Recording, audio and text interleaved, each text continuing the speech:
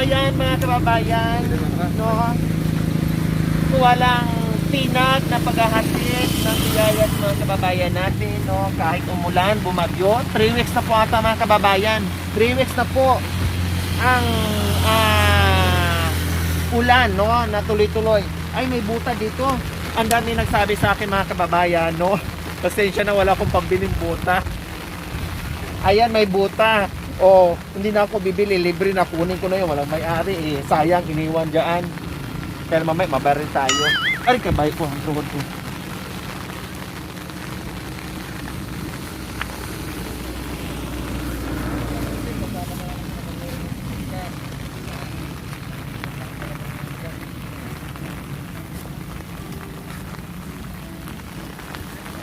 Masanay kasi ako mga kababayan na walang buta eh, no? Maraming salamat po sa lahat na nagmahal at concern sa akin, no?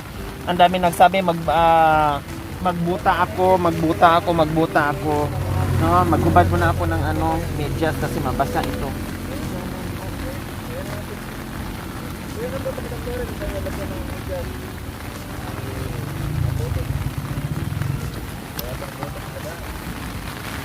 Maraming salamat po talaga sa nagmahal, no?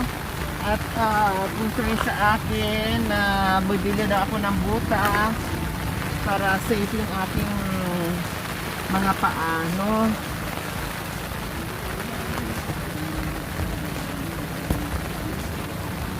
Diyos ko, kanina mainit na, umalis kami sa bahay kahit papaano may sumilip na araw. Kailang habang kami ay naglalakbay, no? Bumalik na naman, kumulimlim na naman at ngayon talagang umulan na siya. Butin lang nilagyan nila ng mga bato, kahoy, para meron kang apakan, no? Parang pinakalader kasi kung wala ay hindi, lubog ka talaga dito.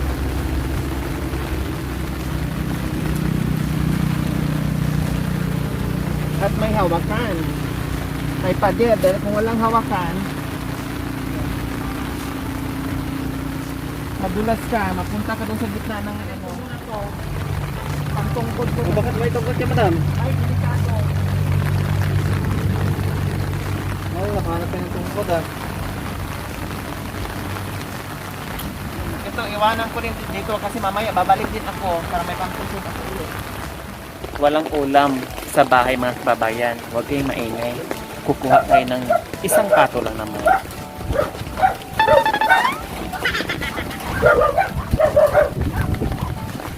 Mahirap pala hulihin, maingay. Walang tao dyan.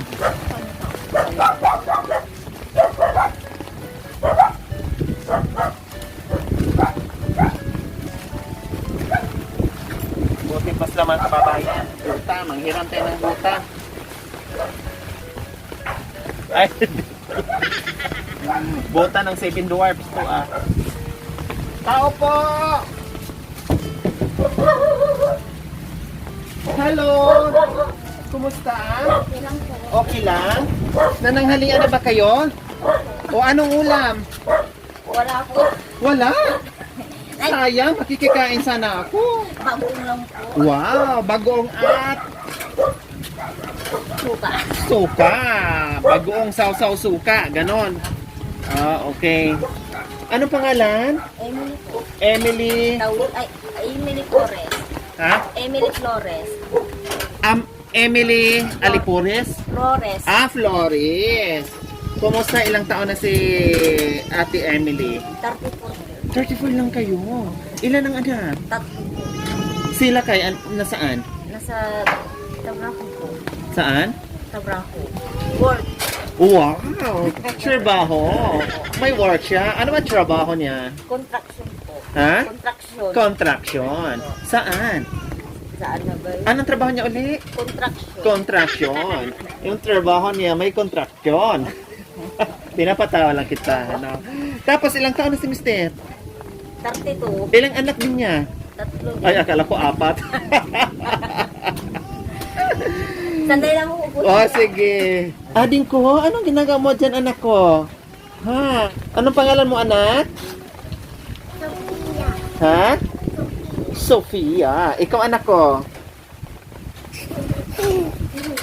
Sophie. Sophie, ikaw? Ha? Ah, mayroon kang ano? Ha? Bili po kayo. Ay, buti naman. Nag-aantay lang din ako. Buti naman nakaramdam ka. Umuulan na eh. Hindi po eh. Hindi talaga eh. Gusto ko na nga pumasok eh. Kaya lang nag-aantay ako sa alok mo. Papasok kami. Kaya lang tumaas. Wala kayong ulam. May manok naman kayo dyan sa ilalim ng kalan nyo. O bakit hindi nyo katayan yan para magkaulam kayo at masarap sabaw niyan? Ay, kasi sa akin. Pag once na sa loob ng bahay mo, sa iyo na yan. O hindi mo naman pinapasok yan eh. Bakit nandito din ka? O di ba ang mga punong mangga, pag once na lumagpas doon sa bakuran mo, pag pumasok, sa'yo na yun. Malaya ka ng kukuha doon. So gano'n din yan sa hayop. Kaya lahat ng mga hayop dito, papasokin mo sa bahay. No? Para hindi ka maubusan ng ulam araw-araw, may ulam ka. Ano? O, kumusta ang buhay-buhay, Ate Emily? Okay lang naman. Ha? Okay lang po. Okay lang. Yung trabaho nila kay mo, magkano ang inuwi nila kay araw-araw? Ano ba sahod niya araw-araw? Hindi po. Isang linggo po. Isang linggong pag-ibig. Hindi po. Doon sa trabaho. Hindi po. Umuwi siya araw-araw pero sahod niya Sabado po. Di ba sahod- Sabado, lingguhan. Lingguhan yung ano niya. Magkano ang arawan niya? 400 po. Mayroon siyang sahod. Oh. Naubos. Umutang na lang po ako gusto. Pag na-short kayo sa budget, tatakbo kayo sa tindahan. Opo. Eh, walang tindahan dito. Nasa gitna kayo ng bukid. Ay, doon po sa ano, pupunta po po doon. Yung doon sa malayo, yung kalsada, sa tawid ng kalsada. Opo. Doon sa banda po rin po. O ngayon may utang kayo doon. Opo. Sabihan ko mamaya, dadan ako doon sa tindahan na huwag na kayong pautangin. Doon naman po. Nagkagay naman po. Ha? Huwag naman po ah. Magbabayad na lang po. Titimbrihan ko mamaya, hoy, yung ano doon ha, huwag niyong pautangin na. Kasi may utang din sa akin. Napasabi talaga si Ate Emily, huwag naman po. Ay, Diyos ko, Ate Emily. Tapos 3 lang ang anak. Opo. O, huwag na dagdagan ha. Kasi ang ganda, 2 babae, tapos isang boylet. O, ang ganda na ng ano, kumbaga kumpleto na, may lalaki at saka babae na. No, mga anak ka pa ba? Ayaw ko na po. Bakit? Natahi na? Ay, hindi po. Ha? Kasi ano, nagulat ako dito sa pangatlo ko. Lagyan mo na ng masking packaging tape. Na ano? Nagulat ako dito, muntik ng sasaryan. Nagulat? Bakit? Nagulat ka na Sasaryan ako, muntik ng sasaryan. Kasi ano ayaw lumabas. Hindi ko din nila makapakong sa ano. ayaw lumabas. Ayaw lumabas. Pero lumabas Na baka hindi pa siya ready. Kasi sabi niya pandemic kasi ngayon. Ilang beses, ay ano na, 1 linggo na akong Labor? labor. Tapos anong ginawa mo? Inijikan ka ng pangpahilab. O yata, opo. Parang ano, Anong ginamit na injection? hindi ko po natanong dun sa... Yung injection nila.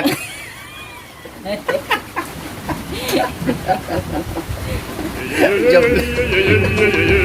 O tapos, nung nanganak kayo, ayaw nyo na dahil baka mamaya masisaryan kayo. Anong pambayad nga eh? Ang mahal-mahal, di ba? Opo. 1/4. Opo. Sabi ko, tama na ta. Ang hirap ang buhay. Di ba sabi mo rin kanina mag 50-50 ka? Opo. Di ba? Huwag mo na antayin na mag Muntik 60-60 ka. Muntik na po siyang namatay. Oh, Nung di ba? lumabas na siya, nawala ng Malay. malay na po. Oh, di ba? Kala ko mamatay siya. Pero nung nurse, nabuhay na siya. Oh, tama na yun, ha? Magsarap-sarap na lang kayo, ha? Huwag na magbuo ng bata. At saka bukod pa doon na nakakatakot. Nakakatakot din na hindi natin mabigyan ng magandang kinabukasan yung mga anak natin. Kawawa sila. Kasi kung hindi natin sila mabigyan dahil sa dami nila, unang-una yung pagkain nila sa araw-araw, pangangailangan nila sa araw-araw, at yung edukasyon na para sa kanila na hindi nila makuha yun, kawawa sila. Pagdating ng araw, yung buhay nila tulad din sa atin. No? Kumbaga yung cycle ng hirap, doon pa rin at doon pa rin pabalik-balik. Wala nang aahon sa hirap sa pamilya kasi hindi nga natin mabigyan ng edukasyon. Ha? Tama. So, ayan mga kababayan, mahirap mag-vlog ngayon, no? Dati sa isang araw makarami kami, ngayon konti-konti na lang, no? Ilang shoot na lang dahil katulad ngayon tapos na and then hindi ka makasugod-sugod dahil ang lakas ng ulan. Kailangan antay mo pa na humina, titila, and then proceed ka na naman sa ibang lugar. So ganoon, tsaga lang talaga para kahit paano, no, yung mga kababayan natin na walang masaing, no? Na minsan madatnan natin na wala silang makain, walang masaing. So kahit paano, ma-surprise natin sila, no? Na mabigyan natin ng biyaya na meron silang makain, pagsaluhan ng buong pamilya.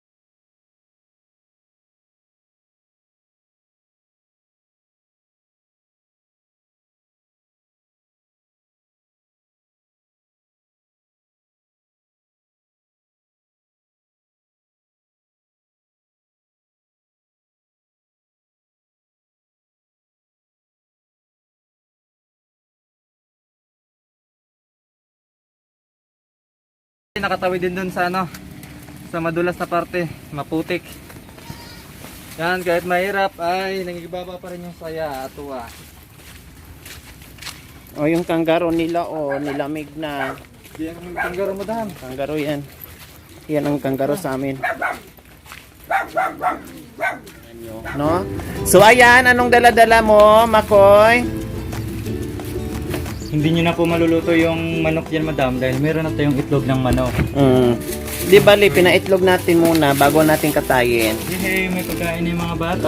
Meron na kayong pagkain ko, anak ko, pang merienda, ang laki ng tawa nila. Sige, buksan nyo, anak. Pang merinda din po nila, madam, pang almusal. Ano pa meron dyan? Siyempre, pang instant ulam. Yan. Yung ating mga dilata. So, ayan. Biswa. Saka gatas ng bunso. At kape nila. Yan. Lalo na ngayon, madam, tag-ulan. Tamang-tama, nag-init ng kapis, nag-init ng tubig si Ate Emily, may kape na dito. May pancit canton, saka Noodles. Di ba? Nagkaroon ka bigla ng grocery? at hindi lang yan, madam, meron pa Ha? isang sakong bigas.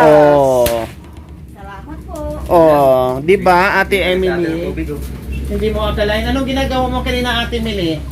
Bago kami dumating, anong ginagawa niyo po kanina? Nagtatanggal po ng sampay. Kasi naglaba kayo. Opo. Hindi niyo akalain ngayong hapon na may darating sa inyo na biyaya. Opo. Masaya po. Bakit masaya nga? Kasi bawasan po yung utang na para yung sahod niya sa susunod may mabibili ulit kami ng pagkain namin. Ayan. So kahit pa paano yung utang nyo na 700 o 1,000, mabawasan, magiging 500 na lang kasi nalibre na sa grocery at bigas. Yung ibang sahod na uwi ni Lakay, mabibili niya pa sa ibang pangangailangan nyo at yung iba mas safe pa. Para pag naubos na rin ito, meron na kayo kaagad madudukot na hindi lang nakaasa doon sa tindahan puro utang, no? Kahit pa paano makahinga din ng utang, no? Makapahinga din konti at mabawasan yung utang. So bukod pa riyaan, meron kang pambili ng ulam mo mamayang gabi. Ano yung pinakamasarap na ulam na matagal mo nang hindi natikman? Ano yung gusto nyong ulamin mamayang gabi? Karning baboy po. Bakit hindi na natikman yung karning baboy? Hindi po.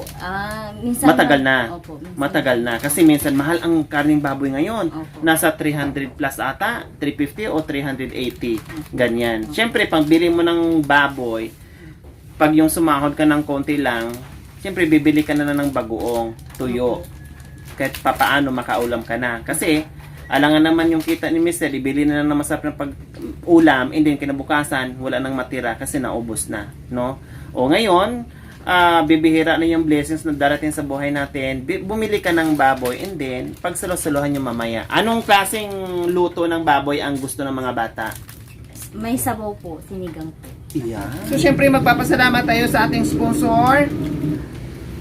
Maraming salamat po sa ating sponsor, Ma'am Esther Gordon from Canada, Sir Elmer and Ma'am Lily Nalapo from R&M of Las Vegas, at sa ating silent sponsor. Maraming salamat po sa inyong ginito ang puso na talaga nandiyan kayo sa aking munting adikain, no? Upang makapaghatid sa tayo sa ating mga kababayan. Maraming salamat po sa inyo. Mensahe. Salamat po sa biyayang binigay niyo sa amin. At sana marami po kayong matulungan. Ayan. Walang anuman, Ate Emily. At pagpasensyahan nyo yung aming munting biyaya na ihandog namin sa inyo. Sana kahit paano makatulong sa pamilya nyo. Ha? Okay. So muli, maraming salamat po. Ma'am Esther Gordon from Canada, Sir Elmer and Ma'am Lily Nalapo from R&M of Las Vegas, at sa ating silent sponsor. Maraming salamat po. Nawa ipagpalain ka ng Panginoong Diyos araw-araw at bigyan pa ng maraming blessings, bigyan pa ng kalakasan ng katawan sa araw-araw at mahabang buhay upang sa ganun marami pa tayong mga kababayan na matulungan na tulad nila. Maraming salamat po sa inyo. So mga kababayan, huwag niyo pong kalimutan paki-share at subscribe sa aking YouTube channel, Lori Aquino Talita. Maraming salamat po. God bless us all. Bye!